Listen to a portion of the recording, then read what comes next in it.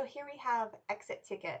So this is right near the end of class. It's always one of the last bubbles. You'll have exit ticket, and then you have a summary, and then the end of class.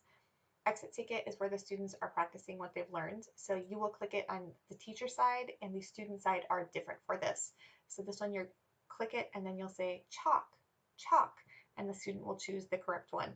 Not always is there only 2. Sometimes you have like 8 bubbles. Sometimes you have just a couple like today. Today was very light on new vocabulary, a lot of review in this lesson.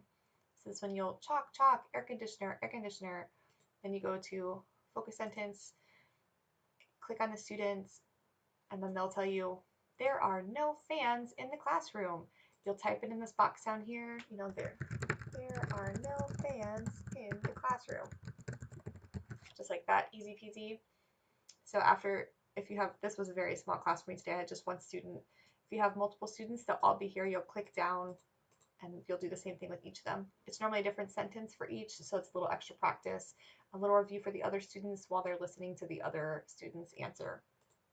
Then you have student check, which is so awesome because this is what they consider to be the feedback portion of classes, which again, there is no feedback on the teacher side for QKids. When you log out of your classroom, you are done with class. It is awesome.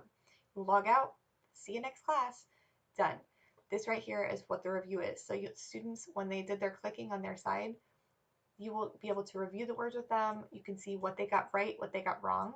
You can review just having them speak it out loud, and it's different on their screen, so it's hard to do like a circle what I'm doing right here. It's different for them, so you want to make sure that you're going over all of them. Air conditioner, chalk, and if they're struggling with pronunciation, it's a great place to reiterate what's correct and what's incorrect. Very useful tool. Summary is normally, it's the same animation as the beginning of the classroom, so you can review, which can also be done quickly or long if your class is going short or fast, depending on where you're at in the level. And the end of class, it always gives you a reminder, have you taught for 28 minutes? Yes or no? Which is helpful because sometimes you're like, oh man, I have to go for another 2 minutes. Oops. And so you can go longer, or oh dear, I'm way behind. I have 30 seconds to finish this class. And you'll bring your students up, so you can click here, select your student, bring them up here, and then you can give them face filters, which are so fun. They love it. You can, down here, it will be how many diamonds they've earned for the class.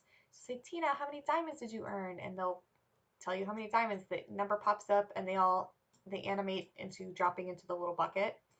You can give them stickers like, oh, you did such a great job, here's a trophy for you. Boom. A lot of them like to do diamonds, and they're like, I want big diamonds. So you get huge diamonds. They think it's hilarious.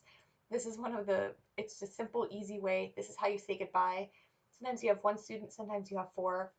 My new thing lately with the students, which they happen to think is hilarious, when I have 1 student like this, I will put both students up, make their camera big, and give them both different face filters. And I'll say, hello, Cat Tina. Hello, Spider-Man Tina. And they think it's the bee's knees. They love it. So it's a great way to finish on a really happy note for the end of class. It makes end of class very easy. And yeah, if you have any questions, just let me know.